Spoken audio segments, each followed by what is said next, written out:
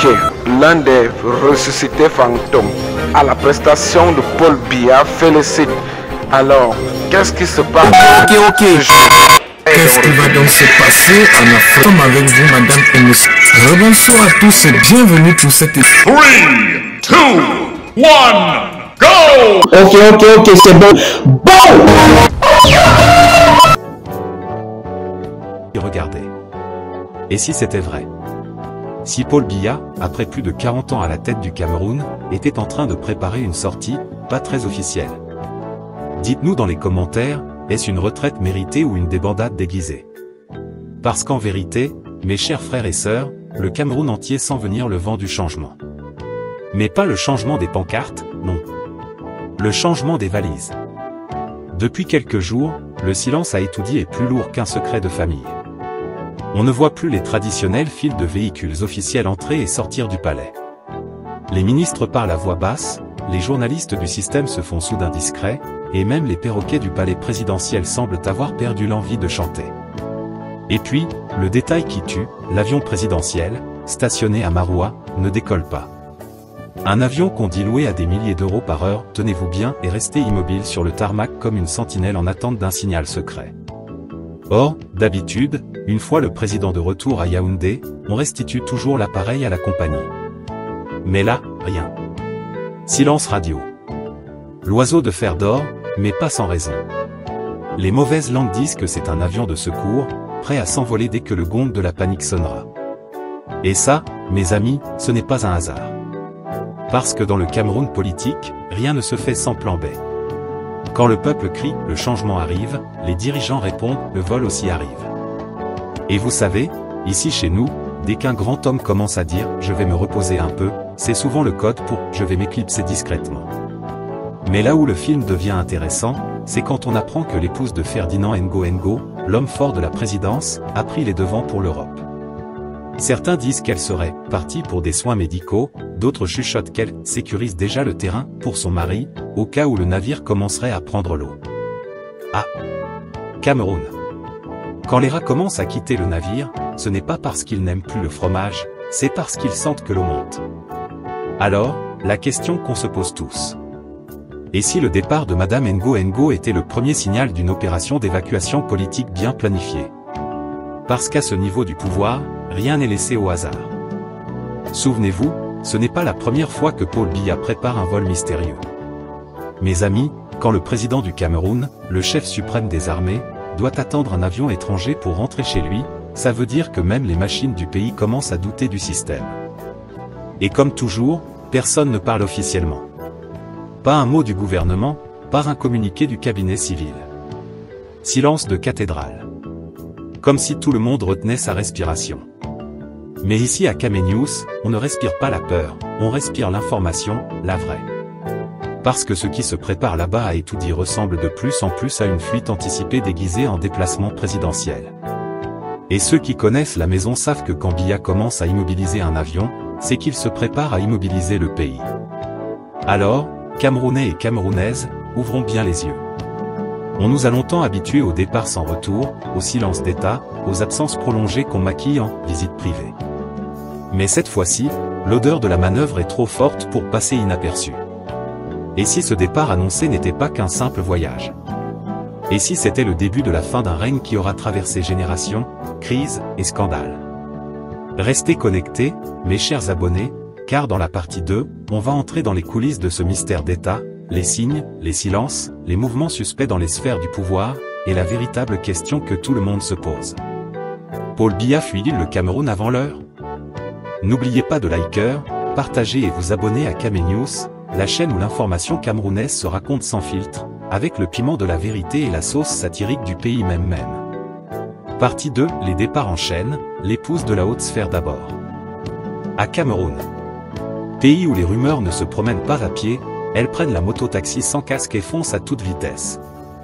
Depuis quelques jours, la capitale bruise d'une information qui fait vibrer les murs du palais d'Etoudi, l'épouse de Ferdinand Ngo, le puissant secrétaire général de la présidence, aurait pris le large, direction l'Europe. Oui, vous avez bien entendu.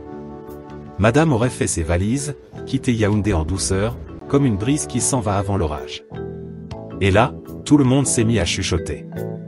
Parce que chez nous, au Cameroun, quand une grande dame quitte le pays sans tambour ni trompette, ce n'est jamais anodin. D'abord, les fins observateurs de la politique nationale ont sorti leurs lunettes. Quand la femme du grand patron part, c'est que le climat à la maison n'est plus stable. Les plus spirituels ont renchéri. Quand le poulet quitte la basse-cour, c'est que le renard rôde. Et les plus moqueurs ont simplement lâché. Ah, Cameroun, chacun cherche déjà la sortie avant le générique de fin. Mais regardons les choses de plus près. L'épouse de Ferdinand Ngo, ce n'est pas n'importe qui. Dans un système où la discrétion est la règle et où chaque geste compte, son départ pour l'Europe ne passe pas inaperçu. D'habitude, on voyage, on revient, personne ne s'en émeut.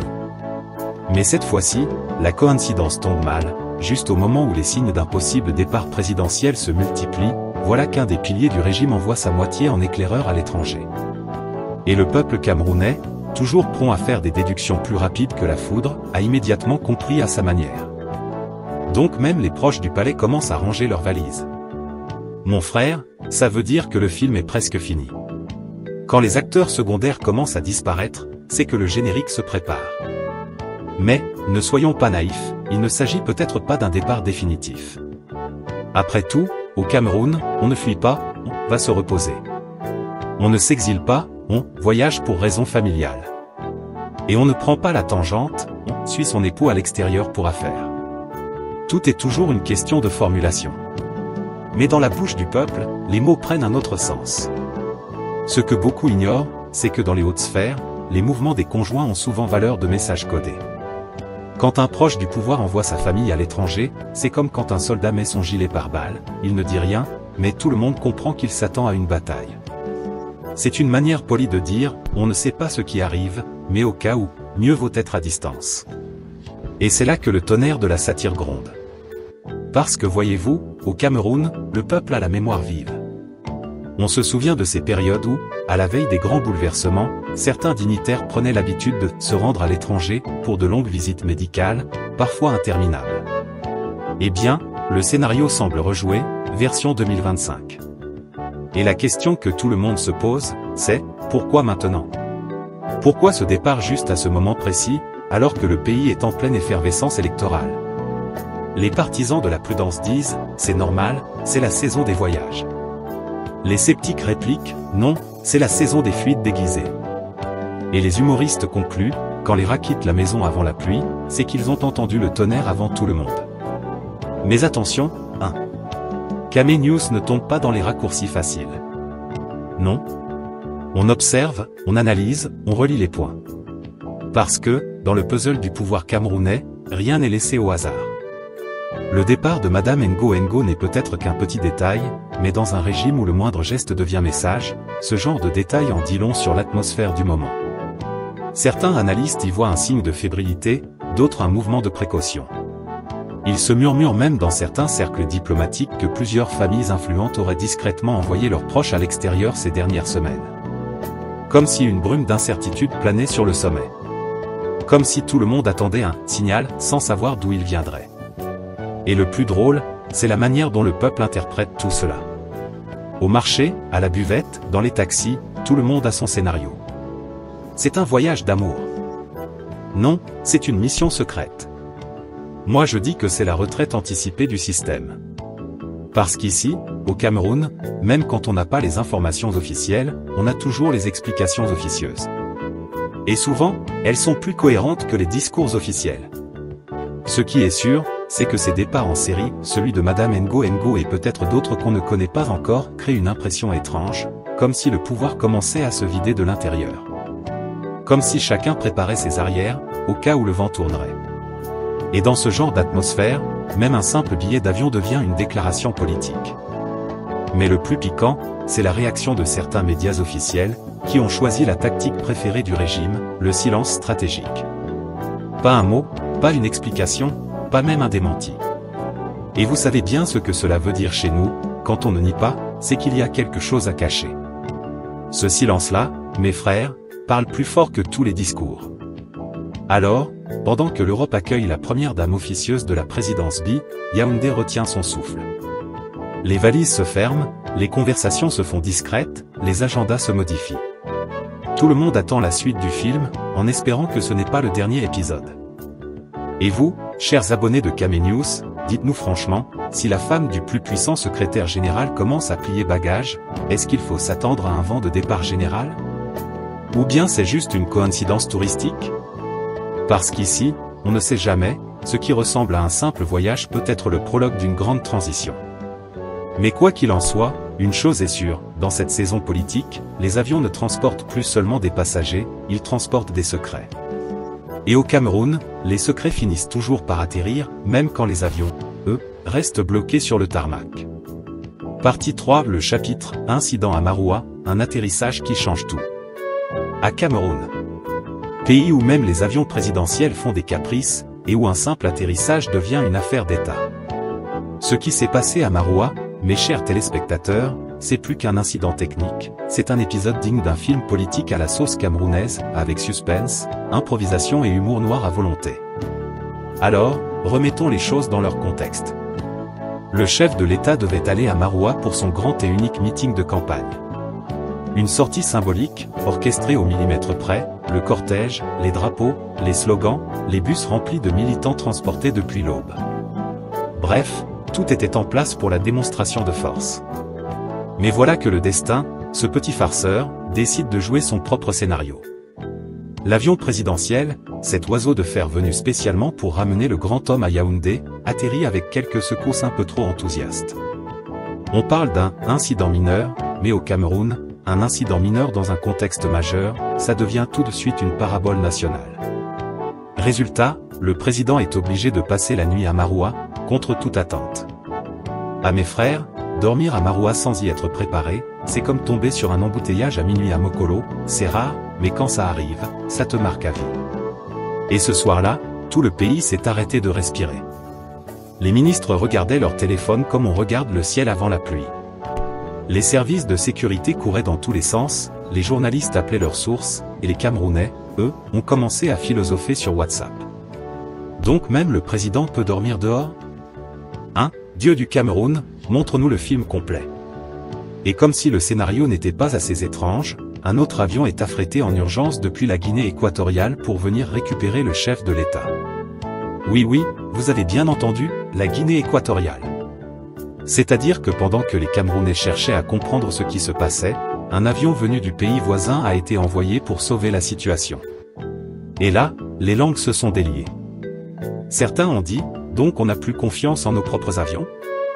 D'autres ont répliqué, non mon frère, c'est juste la solidarité présidentielle. Mais au fond, tout le monde s'est demandé, qu'est-ce qui a vraiment poussé le président à dormir à Maroua? Parce que, soyons honnêtes, ce genre d'incident n'arrive pas par hasard. Au Cameroun, rien n'arrive jamais par hasard. Même le hasard lui-même demande d'abord la permission. Et quand on regarde la chronologie des événements, on se rend compte que ce petit incident technique est venu ajouter une couche de mystère à une situation déjà confuse, avion stationné sur le tarmac, proche du pouvoir qui part à l'étranger, et maintenant le chef de l'État cloué à Maroua comme un passager surpris par la pluie. Les observateurs les plus aguerris y ont vu un signe. Certains parlent d'un avertissement du destin, d'autres d'un message codé. Parce que dans notre pays, quand quelque chose coince, on y cherche toujours une leçon divine ou politique. Et là, les interprétations ont fusé. Peut-être que c'est un signal pour dire qu'il faut atterrir aussi politiquement. Ou bien c'est le ciel qui dit, ton temps de vol est terminé. Ah, Cameroun. Toujours prêt à transformer les incidents en proverbes populaires. Mais au-delà de la blague, l'événement a mis en lumière une réalité que tout le monde connaît mais que peu osent dire, le système est fragile. Quand le président ne peut pas décoller, tout le pays reste suspendu. L'économie, la politique, même les bavardages des ministres, tout est en pause. Et ce soir-là, Maroua est devenu, le temps d'une nuit, le centre du Cameroun. Les habitants, eux, n'en revenaient pas. Imaginez, Paul Biya, le sphinx de Yaoundé, contraint de dormir dans leur ville. Les plus curieux voulaient savoir dans quel hôtel il logeait, s'il avait mangé du poisson de Logone ou s'il s'était contenté de son thé habituel. Pendant ce temps, les réseaux sociaux s'enflammaient. L'avion du président a un problème. Il dort à Maroua. La Guinée équatoriale envoie un avion pour le sauver. En moins d'une heure, le Cameroun entier s'est transformé en salle de rédaction géante. Et le lendemain, comme par miracle, tout est rentré dans l'ordre. Le président a repris son vol, le calme est revenu, mais le doute, lui, est resté. Parce qu'un détail a marqué les esprits, l'avion initial, celui qui devait repartir, est resté sur place. Et c'est là que les spéculations ont pris feu. Pourquoi le garder? Pourquoi ne pas le renvoyer comme d'habitude? Était-ce un simple retard administratif, ou bien une consigne spéciale? Certains insiders murmurent qu'il s'agirait d'une précaution, une sorte de « plan B » logistique. D'autres affirment que c'est un symbole, l'avion est prêt à tout moment, au cas où il faudrait partir discrètement. Et dans un Cameroun où les rumeurs voyagent plus vite que les avions, cette explication est devenue vérité pour beaucoup. Mais, mes chers amis, ce que cette nuit à Maroua a révélé, c'est bien plus profond que l'incident lui-même. C'est un miroir. Oui, un miroir qui renvoie l'image d'un pouvoir en mouvement, d'un système qui avance à tâtons, et d'un pays où même un atterrissage peut devenir un message politique. Et c'est là toute la beauté ou la tragédie du Cameroun. Ici, chaque fait banal devient prophétique. On ne sait plus si c'est la politique qui imite la comédie, ou la comédie qui est devenue politique. Parce qu'au fond, ce qu'on a vécu à Maroua n'est pas seulement une panne d'avion, c'est une panne de confiance, une panne de système, une panne d'explication. Et quand les explications manquent, la satire s'en charge. Parce qu'ici, mes frères, même quand l'avion ne décolle pas, les blagues, elles, prennent toujours leur envol. Maille. Partie 4. Scénario et conséquences politiques, panique, plan B ou simple prudence? À Cameroun. Pays où même le silence politique a du bruit, et où un avion stationné devient un bulletin d'actualité nationale. Quand on vous dit que la politique chez nous, c'est une série télé à épisodes illimités, on n'exagère pas. Parce que voyez-vous, ce n'est pas juste un avion qui dort sur le tarmac de Maroua, non, c'est tout un symbole. Et au Cameroun, les symboles, ça parle fort, hein.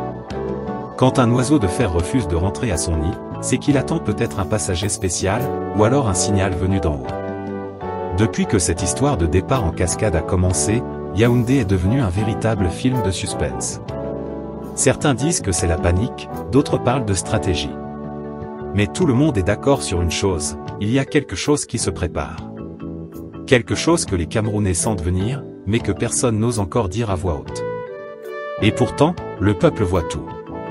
Il observe, il commente, il devine, comme toujours. Regardez bien, un avion gardé sur place, un chef de l'État qui dort à Maroua contre son gré, une épouse de haut dignitaire qui prend le large, des valises qui roulent discrètement. Et pendant ce temps, silence radio a tout dit. Ah! Quand le chat se tait, les souris commencent à interpréter. Mais parlons franchement, que se passe-t-il réellement derrière ces mouvements? Les plus optimistes disent, c'est la prudence organisée. Oui, après plus de 40 ans de règne, on a le droit d'être prudent, non?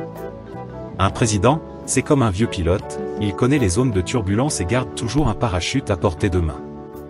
Garder un avion sur place, c'est comme garder une moto allumée au carrefour, on ne sait jamais quand il faut filer. Peut-être qu'il veut juste éviter les embouteillages diplomatiques de dernière minute. Mais les plus malins, eux, voient autre chose. Ils disent, ah non, mon frère, ça sent le plan B. Et ce plan B, il n'est pas écrit dans les communiqués officiels. Il se prépare dans le silence des couloirs, entre 2 réunions discrètes et 3 coups de fil internationaux. Parce que oui, au Cameroun, on ne fuit jamais, on voyage subitement. On ne démissionne pas, on prend du repos mérité. Et on ne part pas en exil, on poursuit un séjour médical prolongé. C'est tout un art de tourner les mots, même quand la vérité est assise juste à côté. Et puis, il y a la 3e école, celle des complotistes professionnels. Eux, ils ont tout compris avant tout le monde. Pour eux, l'avion n'est pas juste un avion, c'est un symbole de fuite. L'épouse partie pour l'Europe? Ce serait le signe que le navire commence à prendre l'eau. Et les valises prêtes à tout moment? La preuve qu'on prépare une évacuation digne d'un film hollywoodien. Ils disent, quand le roi commence à ranger son sceptre, c'est que la danse du trône touche à sa fin. Et, Cameroun n'est pas doux, hein. Mais dans le fond, que ce soit un plan B ou juste une mesure de sécurité, l'impact est déjà là. Parce qu'un avion cloué au sol, c'est comme un drapeau qu'on plante au milieu du doute national. Le peuple regarde, les journalistes spéculent, les diplomates observent. Et pendant que tout le monde commente, l'État, lui, garde le silence. Un silence stratégique, calculé, mesuré, peut-être même orchestré. Parce qu'au Cameroun, le silence parle plus fort que les discours. Ce qu'il faut surtout comprendre, c'est que cette situation, qu'elle soit réelle ou exagérée, touche directement à l'image du pouvoir. Un chef d'État, c'est comme un patriarche dans un village, il ne doit jamais donner l'impression qu'il prépare sa fuite. Le simple fait qu'on en parle déjà affaiblit la perception de stabilité. Et ça, mes chers téléspectateurs, c'est le genre de petite fissure symbolique qui peut faire trembler tout un édifice politique. Mais attention, il ne faut pas croire que tout est déjà joué. Au Cameroun, le scénario du départ imminent a été annoncé au moins 10 fois dans les 20 dernières années, et chaque fois, le chef de l'État est revenu, sourire discret, costume impeccable, et discours parfaitement rodé. Comme pour dire, je ne suis pas pressé, hein. C'est vous qui vous fatiguez à m'enterrer vivant. Donc, il faut rester prudent. Parce qu'ici, même quand tout semble fini, le générique n'arrive jamais. Mais tout de même, reconnaissons que ce ballet d'avions, de valises et de silence mystérieux donne une drôle d'impression. Comme si le Cameroun vivait les prémices d'un grand changement, sans qu'on sache encore si c'est un tournant, ou juste un virage de plus dans la longue route du système. Alors, question pour vous, chers abonnés de Camé News, est-ce qu'on assiste à une simple manœuvre de sécurité présidentielle? Ou est-ce que, cette fois-ci, le vent du départ souffle vraiment depuis les collines d'Etoudi? Dites-nous ce que vous pensez, parce que dans ce pays, même le vent a des oreilles, et chaque commentaire compte. Et pendant qu'on attend de voir si l'avion va finalement décoller ou continuer à dormir sur le tarmac, une chose est sûre, au Cameroun, le suspense politique ne finit jamais. Conclusion, le tarmac raconte une histoire, mais laquelle? Au bout de cette piste, que retenir? Les signes rassemblés ne constituent pas une preuve irréfutable d'un départ définitif, mais ils forment un faisceau d'indices qui méritent attention et enquête. Le Cameroun regarde, la diaspora observe, et la presse note chaque mouvement comme on lit les nuages avant l'orage.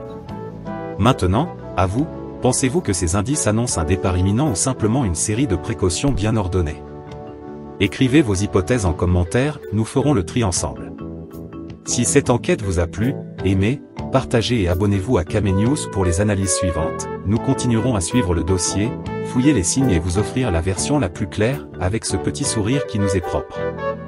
Merci d'avoir écouté, restez vigilants, curieux et surtout, satiriques jusqu'au bout. The effect is the same. So not knowing is no excuse. Fair? This is one thing you should understand about President Paul Biya.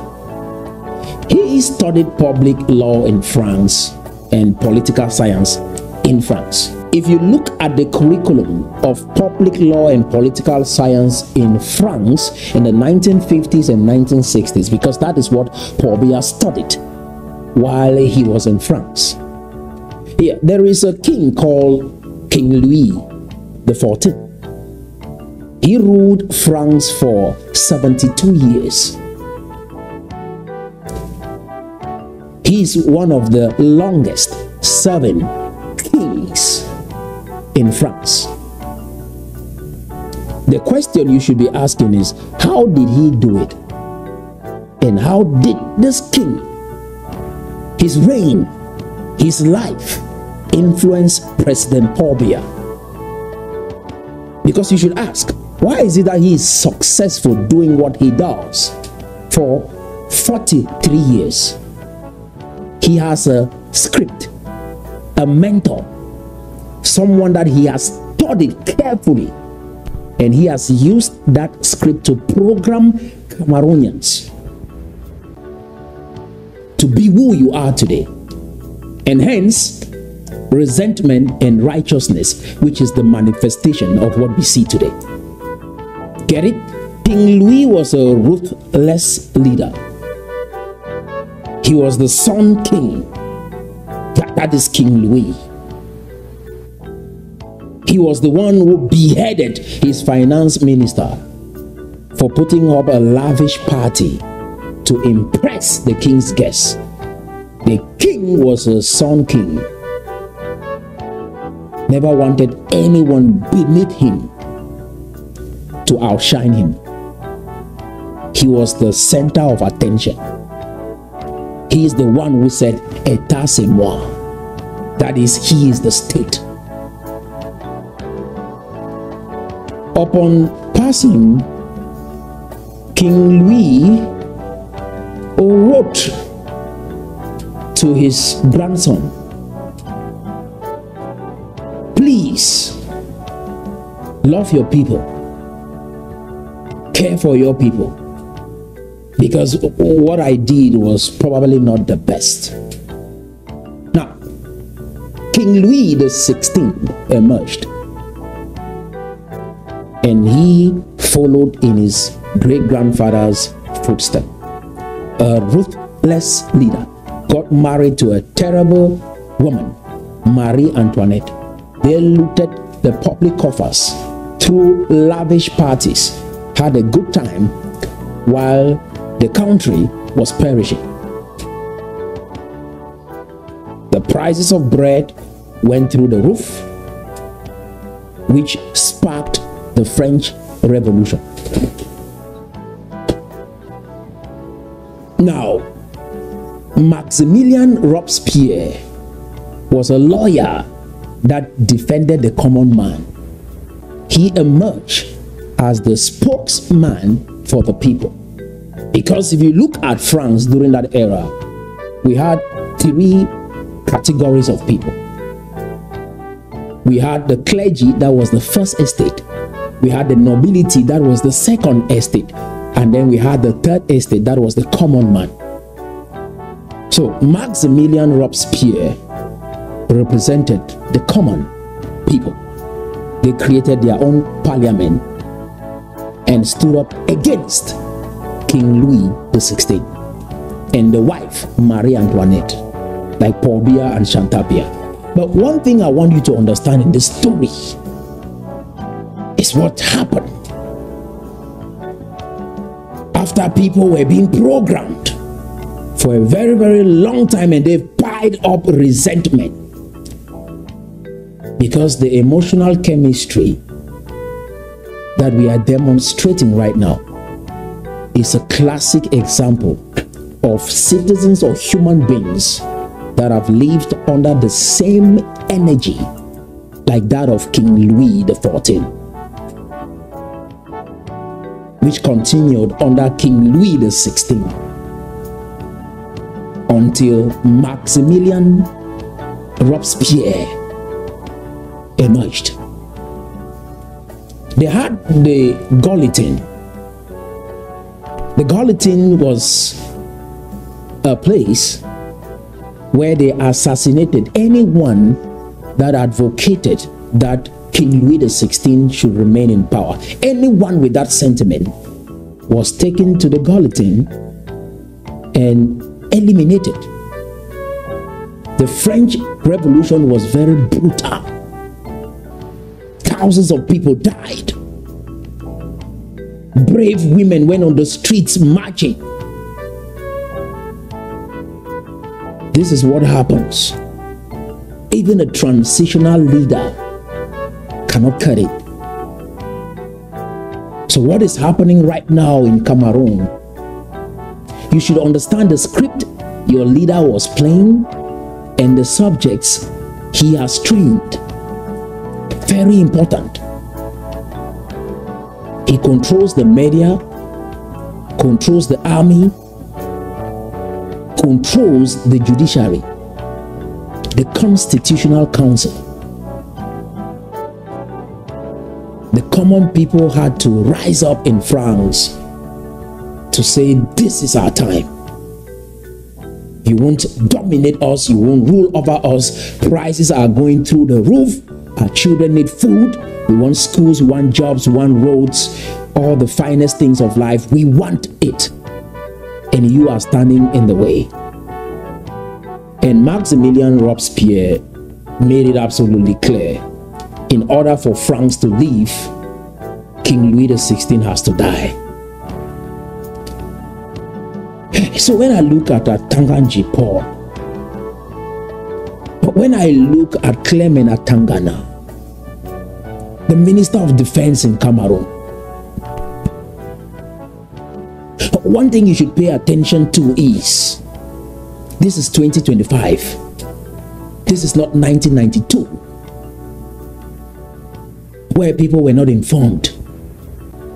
Because King Louis XIV could do everything that he did because the age of enlightenment was still in its infancy. But by the time King Louis XVI took over, the philosophy of enlightenment was all over France. And that is the difference. That is why that revolution happened. And so I'm cautioning not only the citizens of Cameroon at this particular crossroads, but I'm also cautioning Atanganji Paul, Clement Atangana, the Minister of Defense. Why? Because this is a social media dispensation. That is a transition from 1992 to 2025. What happened with Min Jong-un was possible because we had limited media. Today, anyone can turn on their phone and they have a TV channel instantly on Facebook or YouTube or TikTok.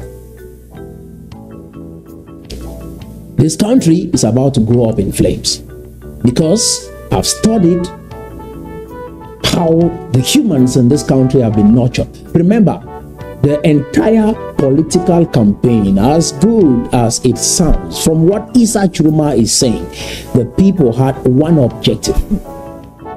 Let us bring down this man. Even Maximilian Robespierre himself was beheaded. The same guillotine that he took people to, they chopped his head on the same guillotine.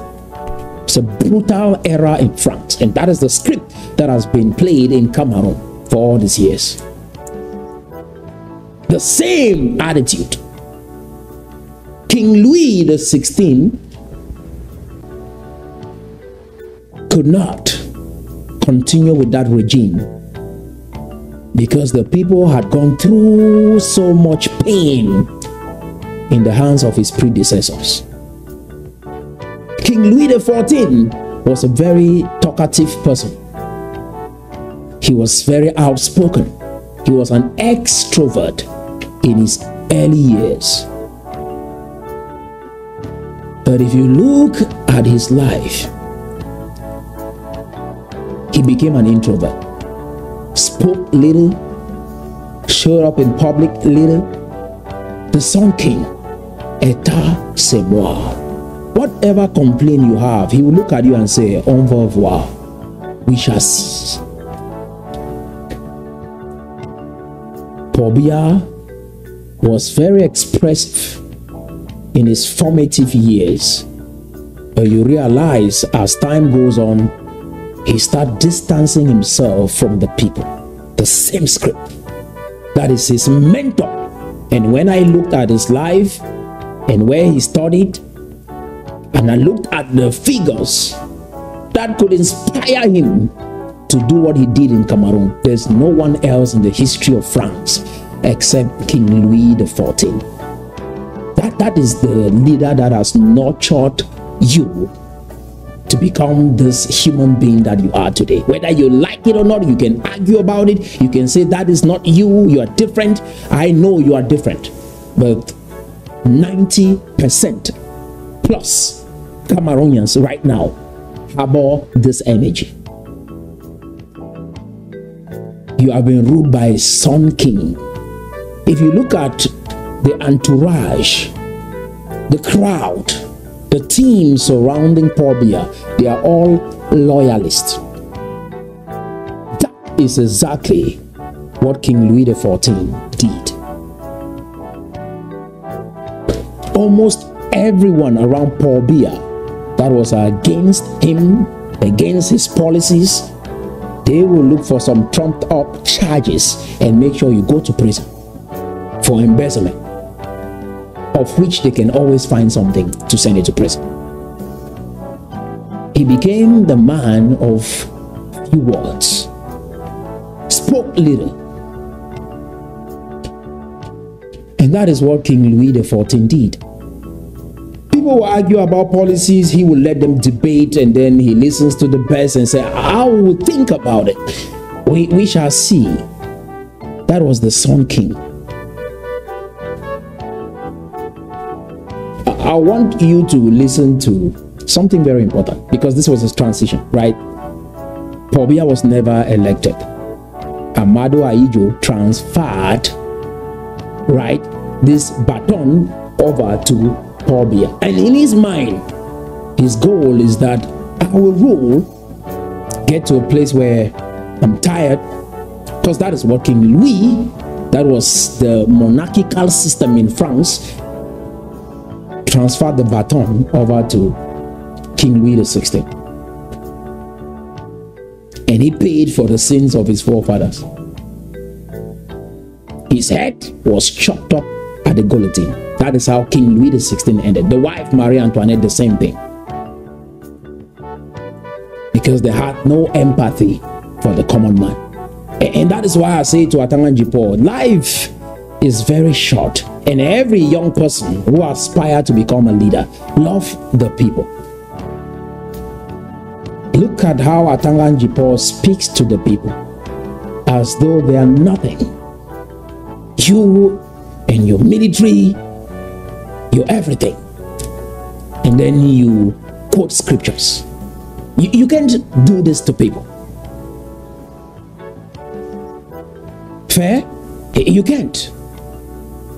Now, for the Anglophones, I'll play something for you to watch, and then you'll have perspective as to how you coordinate yourself in a time such as this. Very important. Some thought maybe we will be free because we left the Anglophone zone and now we find ourselves in Garoua, maybe in Yaoundé, Douala, in Betwa, wherever you are around Cameroon. Listen to this. Very important. Fair? Let's take a listen. Ahijo promised that we were coming back, we fixed the date, we were coming back in August to read and sign. In August, as I was the Prime Minister of the Southern Cameroon, we were dealing only with an interim federal government or an interim members of the house which we subscribe, but there was no parliament so called before the 1st of October. And if you using that one to talk something about the federation to be born on the 1st of October, and to the best of my knowledge, it did not appear to me that that was going to precede the legalization of the draft constitution. So the very August I had to go back to him and remind him about the resumed constitution.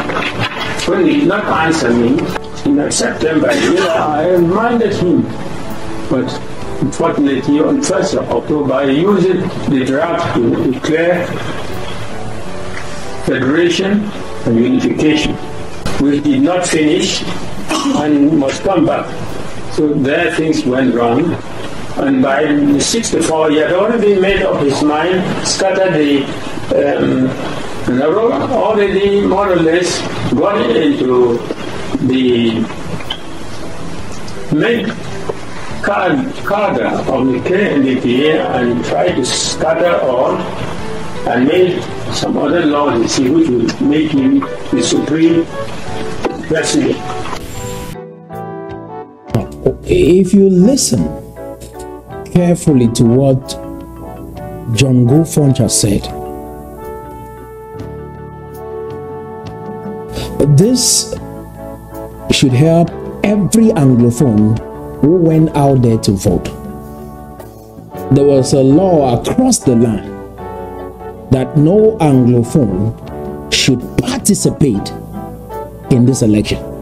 You see how difficult it is for individuals to obey even leaders within their community that has their best interests at heart. And then we are talking about transformation within Cameroon that speaks English and French. Some beg to belong. They will accept us someday.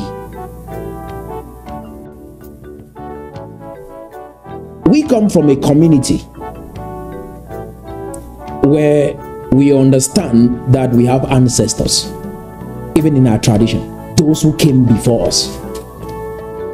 In our tradition, the Tika civilization, that is throughout the entire Northwest, we believe in those who came before us, that life is a continuation. The book did not start with us. Some laid the foundation for us to get where we are today. The law of gravity affects you whether you like it or not. Disobeying this, listening to what Foncha just said, you are not legally part of Cameroon. I mean, legally, you are not a Cameroonian. They had an interim federal system. The relationship was never consummated. He was the one on the steering. And if I bring a message like this and you reject it, they pass a law across the land and you reject it because you are a wise person, you're very smart than most, so you went on and participated in that election while your people have been suffering for all these years. The karma is built in, the bad luck is built in that decision. I mean, you can argue, right? You can say whatever you want to say, but the effects are built in. Understanding who I am, understanding this history, helped me to have perspective and peace of mind. When I was running around the One Cameroon thing, the ill luck was enormous. Just finding me, understanding this history has given me peace of mind and perspective that I've never had. Disobedience, my people, there is karma built in. When things start going wrong in your life and you are looking for where it started, understand that it is this cooperation with people that have treated your people terribly. They've died in their thousands. You ignore all of that. If you find yourself in a safe place, you go on to play politics. Politics will not cut this. Again, we come from a tradition where we are taught to obey those who came before us. Life is a continuation. It did not start with you. Violating this, there are consequences built in. My people, I had to learn the hard way.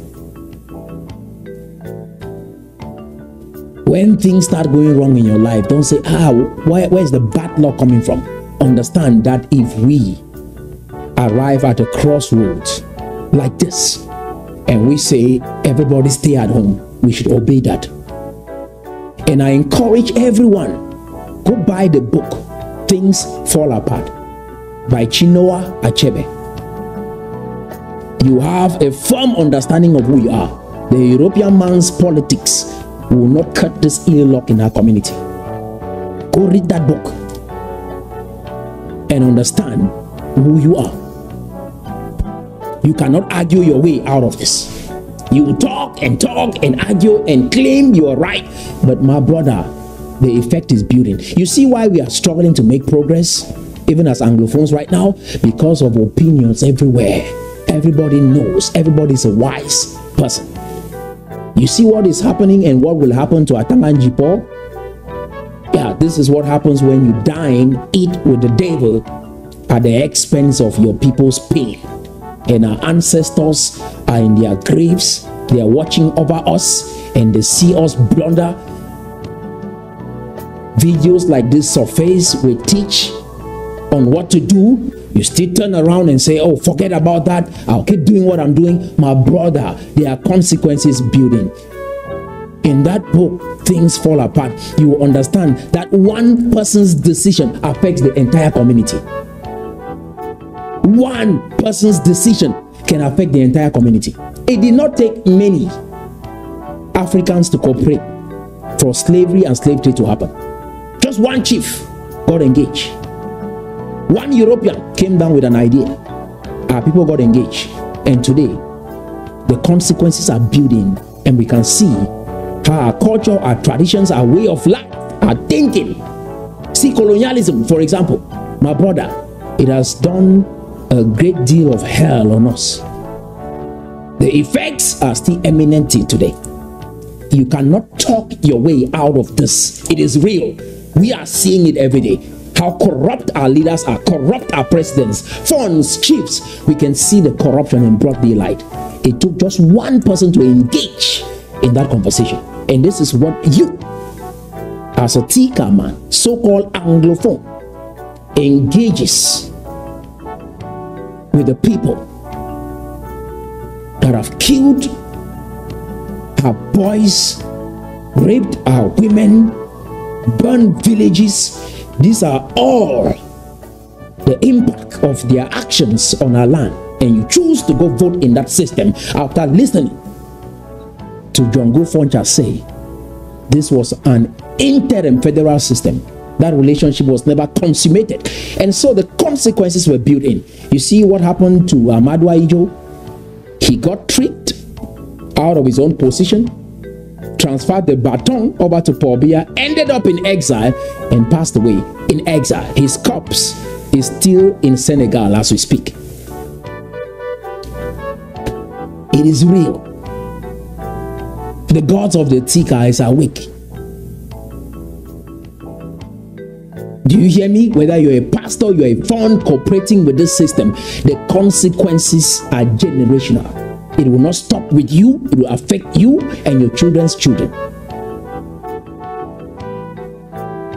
Unless you cleanse yourself and make a U-turn, the consequences are building. I just want to let you guys know. It is better that I say it and then you disobey it than claiming you don't know and then you keep doing what you're doing. So the ancestors woke me up to this realization, and I'm passing on this message to you, that your participation in this government is earlock over you and your children's children. You will see it in the life of Atangan Jipo very soon. Very soon you will see it. So that you understand what will happen to you when you continue this way. We will not need someone to run after you. The king or the God. Brother, it will meet you. Sister, it will meet you. That smartness, right? It will meet you. So I thought I passed the message with grace. That a system will treat us this way. You go join them and vote in that system. When the message went out in the community that none of us should participate in this, because we are not, and you've heard from our founding father, Foncha, that relationship was not consummated. I ran around hoping that Ahidjo would sign this document.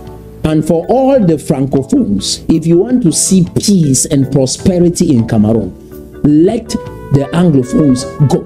Don't claim you don't have a voice, everything is with the government, because whatever Paul Biya does will affect you and your children's children. And we have seen the effect in our lifetime. Fair? Now, let's listen some more to what Minister Atangan Jipo has in store for you. Get ready. Get ready. Let's take a listen. Candidates for presidential election should be reminded that they all signed a code of good conduct drafted by Elections Cameroon, which requires them to respect the entire electoral process and the laws of the Republic. The administration will take drastic measures to put an end to any attempt of fabricating fake election results and publishing them on illegal platforms.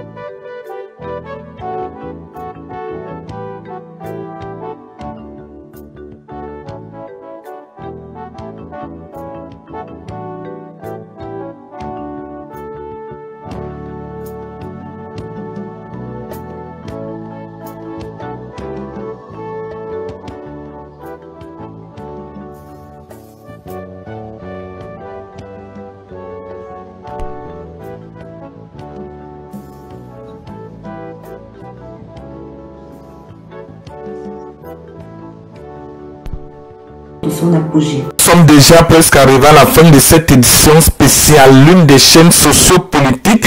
Alors, bienvenue donc pour la prochaine.